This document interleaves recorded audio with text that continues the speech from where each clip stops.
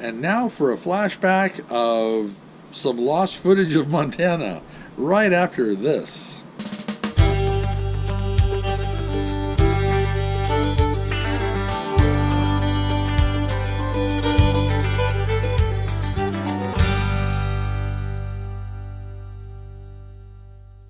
Well, hi there, and welcome to Our Road to Camelot. My name is Steve, and to be honest, I wasn't sure if there was going to be an episode this week, but lo and behold, I found some old footage while we were back in Montana that never made it to a video. It was like too much to add to our little Bighorn, and I guess at the time I felt it wasn't quite enough material to be a standalone. And it's just been floating around out there on my computer, so I thought, you know what better time to go back and revisit last summer as we were in Montana and around the Little Bighorn area. The first thing that we have is a few shots, just some photos that we took as we were rounding the Rosebud Creek. It connects to the Yellowstone River, and a lot of history took place around the Rosebud. So one of the more notable things, it was a major area for buffalo hunting and buffalo furs, buffalo pelts, coats, buffalo robes, I guess was what they say in the thing here. So yeah, buffalo. They killed a lot of buffalo there. That disrupted the Indian population, the Native Americans, the indigenous people of the area. Let's get it politically correct. And what wound up happening is it aided to the Indian wars that were going on at the time. Now, just days before Little Bighorn, there was a pretty big battle skirmish there on the Rosebud. So you see the photos where that took place. You go back and watch the episode on Little Bighorn to kind of see what followed up next. So you'll see pretty much that history being relived. So besides the Rosebud, we did have some shots of our campground, the 7th campground, which later we discovered it was right there within view and earshot of the battle. You would have seen the battle going on from that vantage point of where we were. And I think I mentioned it I might or might not have mentioned it in a video, but I'll do a little clip of that. We can kind of talk about that some more as well. But the campground was just an awesome campground. Can't say enough about it. If you are in that area, stay there. It's definitely a great place to stay. So without further ado, however, the main part of this video is going to be the Bighorn County Museum that we had stumbled on while we were there in town. And here we go. All right, we are at the Bighorn County Historical Museum here in Montana, just a stone's throw away. Hardin, Montana.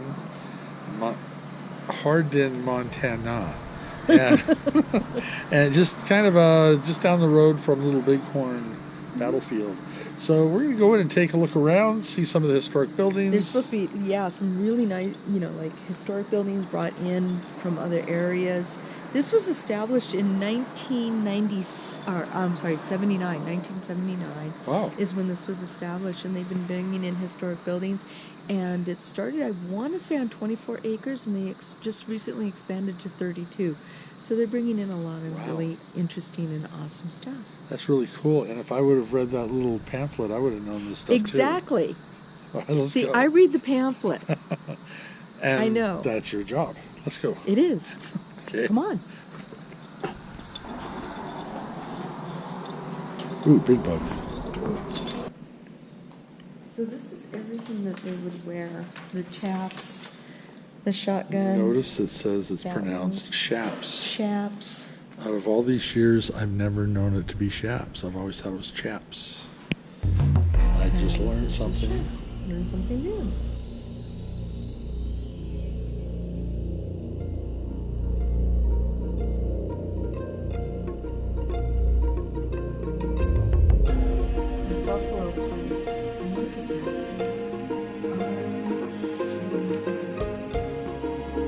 Actual stage.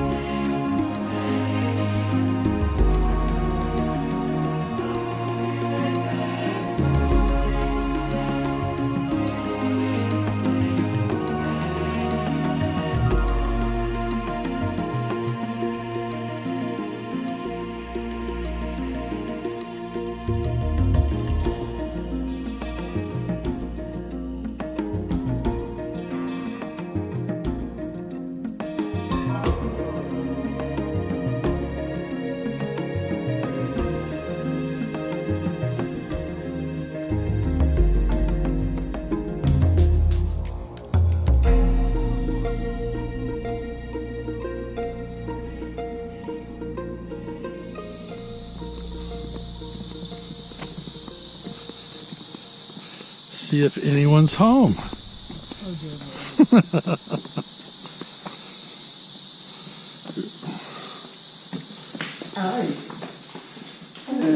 Just a tiny bit creepy. Just a wee bit.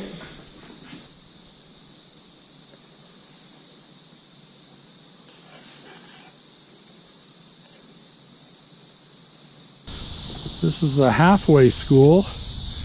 Hopefully you can hear me over the sound of all the cicada bugs in the trees.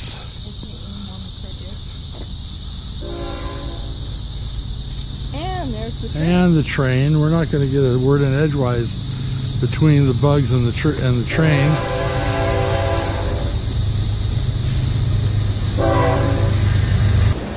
Go to the entry. Kids would hang their coats. And this would service 1st through 8th grade. It looks like they are using some of the same books we still have. No, just kidding.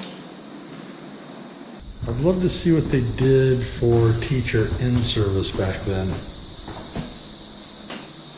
Or did they actually just let them teach and get their classrooms ready?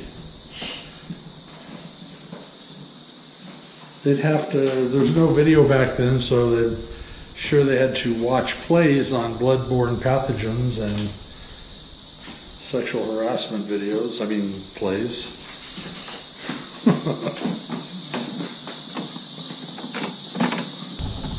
The school bell. And the metal pole it sits on, that during the winter you'd stick your tongue to it. Yep, Fort Custer Stage Station.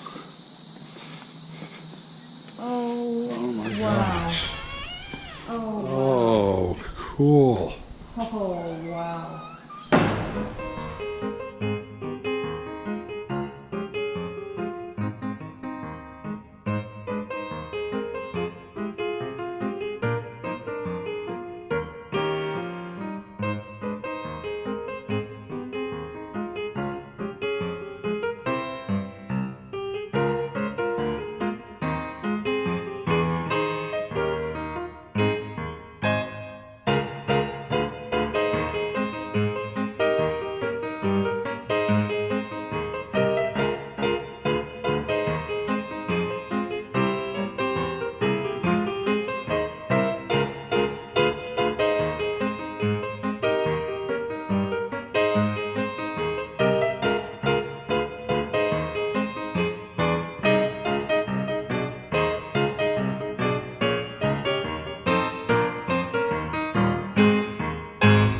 Yeah, this was cool. This is really cool. I'm glad we came by here.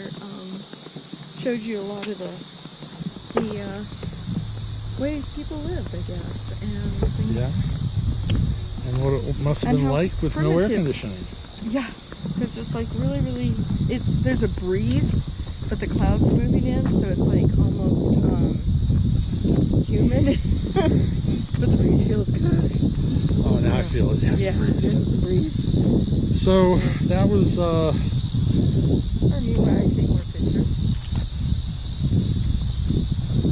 So if you're in the town of Hardin, passing through to get to Custer, it's one of those places where wouldn't go out of the way, but if you're here, stop. Yeah.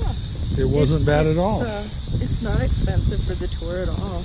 Yeah, it's very affordable. $6 if you're under 50 or 60. $5. And if you're over 60, it's $5. Yeah. And I didn't pay attention to what kid prices are. They might be free. I don't know. What was it? School groups are free, but I don't remember what the kid prices were. So, but definitely an interesting place to see. Yes. Gives you a little more history of the town and the area other than Custer's West End. Exactly. So, and the way the people lived. The farm equipment was amazing.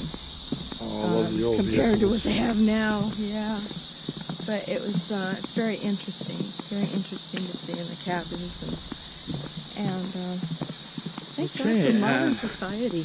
I am turned around, so we need to stop and figure out how to get back to where we started.